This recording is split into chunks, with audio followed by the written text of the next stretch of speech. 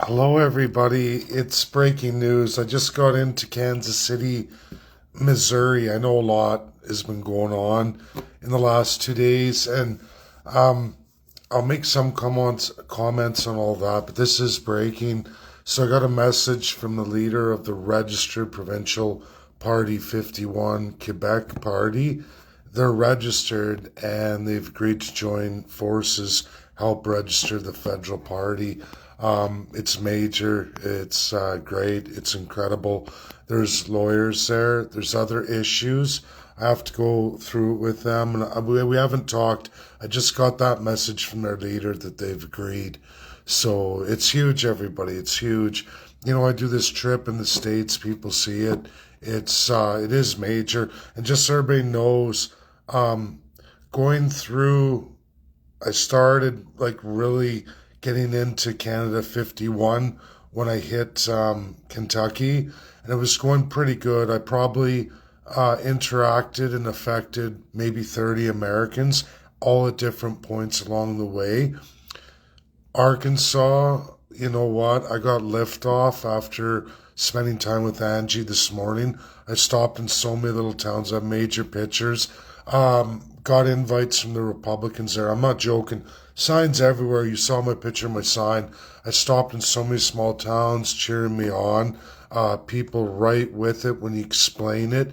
Many, many towns. I probably effectually interacted with 60 Americans, even Democrats. I switched the, well, Bernie Saunders, because you get that, oh, Trump, right? But that whole family, when I said, well, hey, Bernie Saunders is in this too, and you know what we can do with healthcare as Canada, the 51st state, right? Did anyone explain this to you, rule of law? Bam, nailed it. Nailed it like I wasn't able to do in Nashville, Tennessee, where I just got swarmed, right? But I did so good in Arkansas, so good. And, I kind of quickly got through Missouri here. I didn't really stop, only for gas. Not the big crosses. You should see my picture. There's one place they got raindrops on the cross. This is the biggest cross I've ever seen in my life on top of a mountain. Just beautiful. And that was coming into Missouri. Lots of stuff like that, but this cross, unimaginable. Signs for Donald J. Trump all the way, Trump memorabilia, Trump stores. I just loved it. The Ozark all the way through, incredible. And then people in towns I can afford, a life I could start. You come here, you fit in, this is for you. And it's just like, wow, wow. Many communities, not just one, massive, massive. Just like what I went through with Kentucky, Arkansas, maybe even a step more. Like, I don't know. I did do back road Kentucky and I did back road Arkansas, so it's totally different, totally different. And I don't know, Tennessee, it was the major, Missouri was the major for a portion of it, a good portion of it. So I don't know. It's just I'm running out of days. So it's incredible. It's incredible the effect that we could have if I could afford to do touring of the states all day long. It would be awesome, right? But the biggest effect here is Quebec 51, a registered party, registered leader with the government of Quebec. Now, there's other rules for the federal. The accountant's a big one, but it's good with lawyers because maybe there is that auditor accountant registered in Quebec. They don't have to have that provincially, so they're not aware of this. I'll go through with them when we have our talk and our sit down, but we could very shortly have a legitimate registered party. Now, a lot came out in the news in the last 48 hours. I know that. Doug Ford finally confessed the truth that I've told you all, that yes, Donald J. Trump's King Kong style presidential power comes from his only authority over treaties. And when I mean he can cancel any treaty he wants to on any given day of the week, and there is nothing anybody can do about it. He can take parts of BC. He can take a massive chunk of Alberta, a massive chunk of Saskatchewan. He can take a massive chunk of Manitoba. He can take great sections of the populated Quebec and Ontario and more than half of the Atlantic provinces any day of the week he wants. Never mind that he can also cancel CUSMA, which is USMCA, any day of the week he wants. And there is nothing, nobody on this earth can do about it, because that is the constitutional power of president. They have checks and balances. That's one of them. It's its own amendment of presidency, turning a mouse in America to King Kong or the Incredible Hulk, however you want to look at this. That is the power of president. It's not so much power he has in the United States, it's what he has in the world, on the world stage, and effectually with treaties. If you think this isn't a big deal, UK-USA treaties supersede Canada. It's clearly stated in our Constitution. Benjamin Ebley sent me a bunch of stuff, know all about it, 1890, and it's great, and I'm glad people are looking at it. I'm glad that they're looking at Doug Ford, and I'm glad he admitted it. That's incredible news. There's more. People are talking about Mark Carney Lyon and the ambassador who got booed out today. So it is kind of dangerous for me. I do have things to do in Kansas tomorrow. I did want to do something pretty cool here tonight. It's not super effectual, but I'm not doing it. Not after Nashville, not after what happened to the U.S. ambassador in Winnipeg today. There's just no way, being a Canadian in some of these big city areas where they'll have got the news. If you're a Canadian, right, and you're kind of on that line of it, that I don't think they would do it, but you know what I mean? It's not good. And I don't have a security force. You get talking to people like, your people did this to our ambassador. It's like, yikes. I don't know. It's not because I'm a coward. It's just, there's a good Democrat range here and in the big cities. I think it's just safe right now to stay with major rural. I'm still going to do some stuff in Missouri, but I'm not going to do major things I wanted to do, and I'm not going to get into that. But it's a lot of bad. And the ambassador tells you, yes, as I told you all, I met Pete Hoekstra and his wife. Now, I didn't interact much with Pete at all. It was all through his wife, and I didn't even know that he was going to be the ambassador, but I know they're wise to Canada.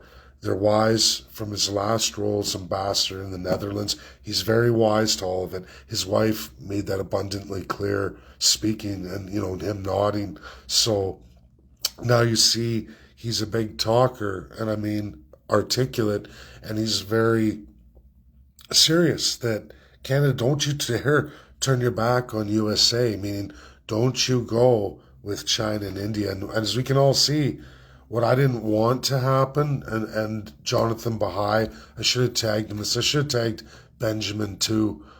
There's a lot to go through, but as I said, the worst thing that could happen is that China rebuffs Trump and they go toe-to-toe, because then Canada is going to swing over to that communist vine. And I think everyone's seen that, and you see the importance of the federal party now. It's very, very important we get registered. We have that in place, because I don't like where we're going, Canada. I think everyone clearly sees now, if they didn't before, like Vaughn's video, so many are kind of finally coming around, even though we're at the point of no return. I would have loved to have effectual on everybody way back. And I mean, we got a lot of people, but realistically, that this thing, if we could have got the message out properly, which means we had media, which we don't, if we had the intellectual society in Canada, academia, which we don't, if we had any of these people, political scientists in Canada, but none of them went for it. They suck hold to their crown. They took their paychecks, and now they realize that's all coming maybe to an end here, and that their lifeboats on the Titanic as first class may in fact not be available for all of them anymore, because it's coming down very quickly, and the States is making serious statements. And poor ignorant Canadians, and for my American friends here, And I should have maybe rolled out with this earlier. It's just hard because I'm tired from driving. It was a long drive today, and I did do some hiking. I said, seen beautiful things. But for all my American friends, it's, the old Jesus saying, they know not what they do. Forgive them, for they know not what they do. They don't. Most Canadians don't know what they're doing. They don't know. And that's the institutionalization of the crown, the education system, and these filthy, lying politicians that clearly, as I've told everybody since day one, they're lying to you. And now some are coming clean. Think about that. That's Benjamin. I'll have to call him back, and I will after this. But folks, these politicians are coming clean now because the rope's getting tight around the neck. That they know, hey, I'm in some serious danger. I got to make some serious choices about what I do and say because it has effect. And who knows with the United States, when they start threatening Canada, they know the evil of the crown, and then maybe some of these politicians no longer have their life rafts in the United States, and push come to shove, maybe the Trump administration, the ambassador, and I'm not saying they're saying that publicly, but maybe behind closed doors, they're sending reps to these guys saying, you're going to be banned from the United States. You're going to be registered as a criminal, or worse, if you're a national security risk, a terrorist. Can you imagine, Canada, how bad this could get for us? Could you imagine this being my last trip in the United States? 3 months from now, all of a sudden, all Canadians can't cross the border anymore. Can you imagine? We make some sweeping deal with China and India, BRICS, against the United States, while in one hand, you got Mark Carney going, damn Russia, we're going to make it for Ukraine. It's like, damn Russia. You're in bed with China and India, idiot. The States isn't, you are. They're going toe-to-toe with them. They're under Russia. It's called double cross, two crosses, and Canadians and Americans. When the Canadian Constitution, that charter, refers to God, that's the Lord. That's Lord of the Treasury. All lords of the British Crown, which means starting with Prime Minister. That's a Lord, a highest Lord of the UK Crown. That's God. And if you ever doubt this, any American, they hide it. They've been spending 7 years ripping down all this evidence out from the Parliament of Canada, but you can go. They still haven't had the audacity to break down the large monument to the Black Queen and all the angels giving her the authority. But Americans, you go to what's called the Parliament of Quebec. They don't erase their history. Since day one, it's there. And you want to see who's God, who's given the authority of God, who is God? It's your politicians, and they show you an order down the food chain and class structure. I have it on video. I've saved it forever. Not that right now I have to worry about it because Quebec won't erase it. That is both crowns. It's clearly, look, you can see it there. That's Louis and George. That's called Canada. All of Canada. The English and the French. Our blue and our red. And there's specific years where we transitioned away from God. The idea of a higher power and authority, not a human being. This is completely what distinguishes the American from the Canadian. Doesn't matter, Canadians say, oh yeah, I believe in God, though I'm Christian or I'm Catholic or I'm all these multitude of faiths. At the end of the day, through the constitutional acts of Canada and the oath of allegiance, they throw it all away and they pledge their souls to that crown, that governing system, man and woman gods, elected or appointed. If you ever want to know the truth of this, all you have to do is read the Constitutional Acts of Canada. Then you find out in the Constitutional Acts of Canada, it lists a bunch of these documents that bind the constitutional acts of Canada. Where does Prime Minister come from? Where does Premier come from? Because unlike the American Constitution, those titles are not defined in the constitutional acts of Canada. Where are they defined? British North American acts. Before that, we go on to all of it. The French and the English, the Crown and those powers vested from the Crown of the UK, which was the British Empire, in writing. It's in French and Latin. They call it Pig Latin. It's the language of kings. That's why laws, legislatures, parliaments in Canada are written in those languages, especially when they don't want you to know what the place is because it's not a democratic organization. Look at the Privy Council office where they do orders in council. None of it's in English, folks. None of it. There's no English there, not even on the parking spots. They're not listed in English because they don't want you to know about it. They don't, it's not your language. You're in the language of slaves under Oxford. Oh, now everyone's calling me. It's my bad, but I got to do this video. Webster's English, created by America for America, the first dictionary for people who wanted to be able to read and gain knowledge, was the dictionary for free people. People who could read. Quality of the person. That's America. Webster's, the dictionary of the free people.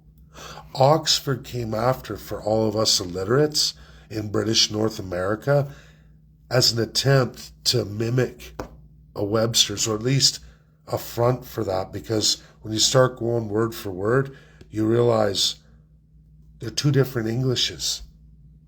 One English that condemns Webster's, one English that goes the other way. It's called Oxford. It's the dictionary for slaves. It's the dictionary for slaves. And you'll find it. You will find great evil in there. Just look up the word sex. Go look up sex in Webster's, the older dictionary, the American-created dictionary, and then go read the monarchical Oxford British Empire Dictionary. Oxford. Doesn't matter if you're a monarchy under the British Crown in the Commonwealth, that's your dictionary. Go read it. Go read sex. You start to find the perversion. We can go through so many words. Many either A, mean the opposite, or B, are lying. And more often than not, when you do the research, it's Oxford lying in relation to the United States and Webster. Teaching people a different truth, a different history, taking what they want to keep people subjugated. This is the truth. And this is why I really ask Americans, and I pray, Americans watching, to get this video out, everybody, that forgive them. They know not what they do. They were raised Oxford. They weren't raised like you. They don't know. And I've seen it all the way through America. I had to study 10 years of my life, word by word, back and forth, back and forth. It took me a long time to get there, and I'm blessed. I have a high hold. I can memorize a lot. I can cram this brain with a lot, and I read a lot. I read a lot more than most, like a large percentile of people, and it's really propelled me in American academia, global academia, to learn these things. And I'm truly blessed for that, and I thank God every day. But a lot of people can't do that, and I get that, but this is what it is at the end of the day. And if we don't face it, if we don't make some choices now, when I talk 51st state, the district system, the other big thing is education. It's the imposed Webster, so that even though even my children can't be saved, so to speak, I mean, they can kind of learn, but you can rest assured in the 51st state, within another generation, raised in Webster, they will be saved. And I know America thinks, oh, it's going to be this, it's going to be that. Your district model isn't that broken. Your founding fathers were not that foolish. And in your history, you took Spanish, entirely speaking, colonial, propagated, no different than Canadians are today, in Spanish language, and you changed them Those states are great. Today, you had French states, same monarchical crap, and you change them. Look at the whole French Louisiana. You change it. Your system changes it. And that's why the Constitution, the imposed federal Constitution, then the time period, you need that state Constitution. We need to change this system. Oh, by the way, here's all the district models imposed. Provinces and territories will be gone. It's so much, and I know it's a lot to unpack, and I know it's actually even a lot to unpack for Americans. This morning I was on with Mark Gadsden, and I realized why I had such a fallout in Nashville because of what happened with Donald J. Trump. Washington, D.C., again, people don't understand that district is a federal district. It's not a state. It's the capital. It's a federal-only district. These powers of president for the 30-day interim, what they can do, what they have to do. It's between a mayor and the president. That's the truth. There's no state there. People don't get it. It's another district model system. There's so many in America. That's actually, you know what, even I didn't really go into it, but that makes it 13. Just by having Washington, D.C., it's a 13th district model overlap, meaning layers of America's districts. It's incredible. It's an incredibly complex system, beautifully crafted by free people who spent many generations reading a free man's English. Free English for free people, real citizens, only ones in the world. And there are other models that have come along. America's not alone, but it is the first. It's the most developed, whether people like to hear that or not. We're in a 5,000-year-old crazy, and our newer Oxford English was just a codification of that crazy. More double cross, more double speak. Americans, Canadians wouldn't be any wiser, or any other Oxford speakers won't be wise to it. These people like to talk big with their Oxford words. I've learned to decipher that. I'll write it all down. Oh, I've never heard that word. Look it up. And then I'll look it up in Webster, and then I'll find out the truth of what idiot is saying, what institutionalized person's saying. The more education a Canadian has in the literary side, the worse off they are institutionalized. That's the truth. You're better being an average Canadian, but with media propaganda, the machine of the autocrats, it's scary.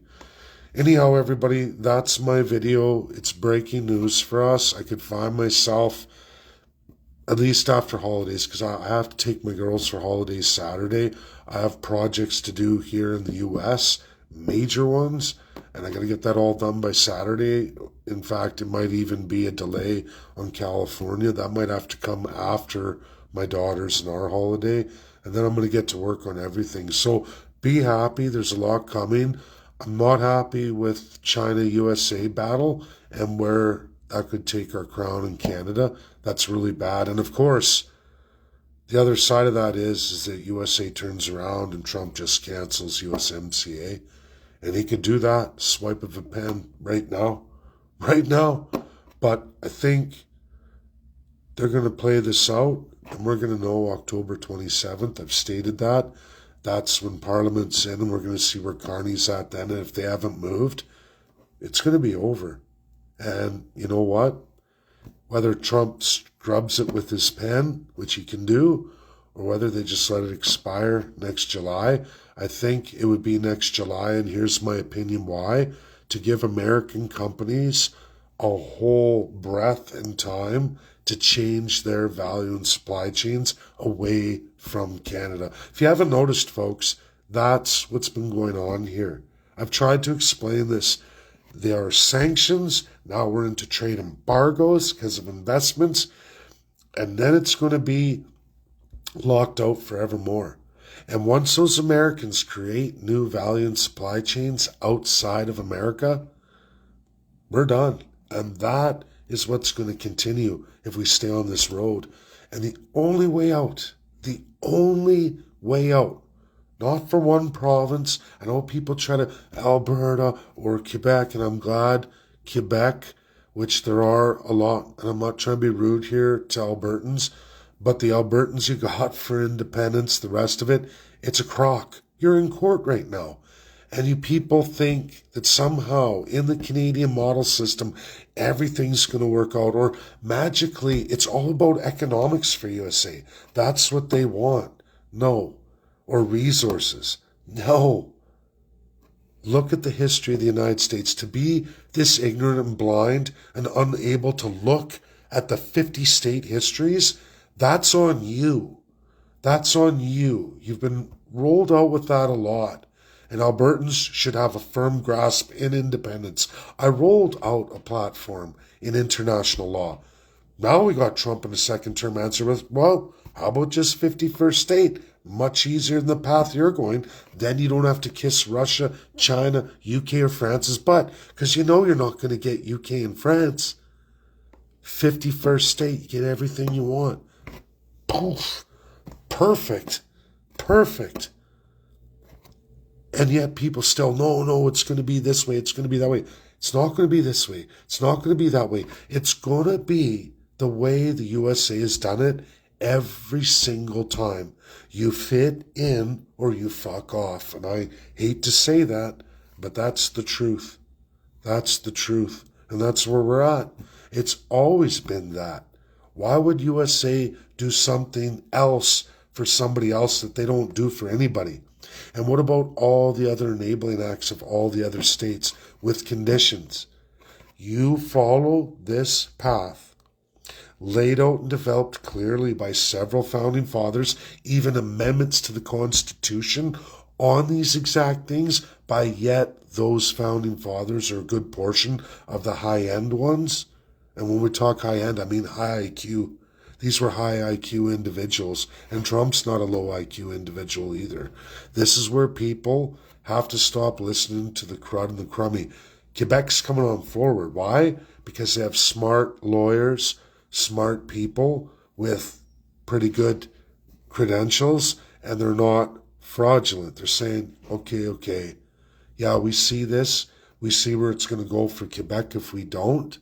We see that we can still be saved, and we can still have a 51st state and have our French autonomy ourselves, and maybe even more. Just like the First Nations, the French will have more in their districts. They're like, well, that's not possible. Huh? French Quarter? Look at French Louisiana, right? Have you been to their legislatures? Again, we're becoming a state of the union. Go look at all the states before you start saying, hey. And just so everybody knows, my trip through Arkansas, Albertans, Arkansas is just like Alberta. I look at the farmland, the central and the south, from Nordegg all the way up past Grand Prairie through Peace Country. Identical, all of it. Difference is they don't really go too much past freezing in the winter. They can get as high as 40 degrees. The geography, the style of it, everything, topography, screams massive pieces of Alberta. Massively identical. The mountain ranges, all of it, the rolling hills. Unbelievable. You know what the difference is? Highways everywhere, little highways, fast. I call it the Arkansas Autobahn because you want to look, but you're just white-knuckled driving. But I did it, right? I did all of that through the Ozark. Beautiful. And you look and you see all the highways, so much private property available. All these little towns, you stop, you talk to people. Beautiful. Oh, you want to move here? Yeah, well, how much is an acre here? Oh, $2,000. I'm like, what? 45 minutes from a major airport, 35 minutes from a major city. And that's, to them, that's really rural. That's rural America. You're far away from civilization. It's like, man. And then, how shocked they are when I tell them, northern Saskatchewan, cheapest acre you can find in Canada, 20 G's. You're 8 hours way up north. Massive hours from a city, civilization. Frigid cold, high crime, rough. You're roughing it. It was beautiful. It's been beautiful all the way through. Bugs, yeah, there's a lot of bugs, but it's nowhere near. I'll tell you, if I tried to sleep out in the summer in the bush in Alberta, I would be killed by mosquitoes. I think every Albertan can tell you that. I bet you a whole bunch of the western provinces can tell you that that's not the way it is. And people were complaining, they're like, well, there's a lot of mosquitoes and bugs. I'm like, I mean, I hear it, but I walk through, I'm not getting eaten alive. I could probably sleep out here and be just fine. That's the truth. Beautiful, well developed, private property everywhere. They didn't know that. When you tell an American, when I go through those little towns, I'm like, we have these conversations, say, you know that 91% of Canada is not available to us? Did you know that all our private property fits in Florida? And they get it right away. These folks get it right away. Wow, I didn't know it. That's crazy. I didn't know that. I can talk to all these people. I fit in there and we converse. They understand. They're like, wow, they want to know. They crave the knowledge. They want to hear it. And then they want to share with you and they care. It's a beautiful thing. It's a really beautiful thing. I never experienced that because I haven't done much of the South and I'm going to do more. But this trip was huge, huge. Maybe had I taken not the major route to hit Cache and Elvis, had I gone off the beaten path in Tennessee, it'd probably be very similar to the same thing, a combination of Kentucky and Arkansas. Beautiful anyway, and I know I did check out some small towns, but I was kind of, it was a rough one from Nashville. It's kind of, you're kind of, hairs on the back of your neck standing up. So I'm going to be careful here in Kansas too tonight. I'm not going to talk too much because one, I'm sure that ambassador, that's on the news right now. And then Canadians protesting, running them down, screaming at them and everything going on. I don't want any conflict. And I'm just going to kind of just take it easy tonight and, do my supper thing. But God bless everybody. Thanks for listening and, get involved. Get it out there, Canada, the 51st state. If we don't push and press this, and I think we have a really good chance with Quebec on our side, I would love to have Alberta swing over. Like, I don't know why they wouldn't, why they would follow people who through the provincial system have you in the provincial stage of King's Bench, through the province's crafted legislation to absolutely slow you down and behold you to Ottawa, meaning we've added 3 layers of court, 9 more years to already what was 30 years of court? And they want independence, right? And they're all going to get rich because it just happens to be their loyalists, their friends in their party and their civil society. So you're going to enrich them. They're going to get their cut. Ottawa's going to get their cut after. And you're all going to get nothing. I think it's time to take a page out of Quebec's book and come over to our federal party. We need to do this because Trump ain't offering uncodified provinces and territories with no militias, a complete violation of the laws of the United States for statehood that nobody wants to read, and let alone independence. You have no constitution. You're worse than the federal government, which is hard to fathom, and that they call an autocrat because they know. It's called electoral autocracy. It's a great paper. If you haven't read it, it came out just a year ago. I've shared that. Electoral autocracy. Yeah, autocrat. And anyone who wants to know about it, you can find where Premier and Prime Minister was codified because they're not in your constitution. They go to the British North America. It's one of the reasons America went independence, fought the War of Independence. They didn't want that anymore. They wanted to be free. Liberty, independence, freedom, real. That's my video. Share. Get it out there. Bye now.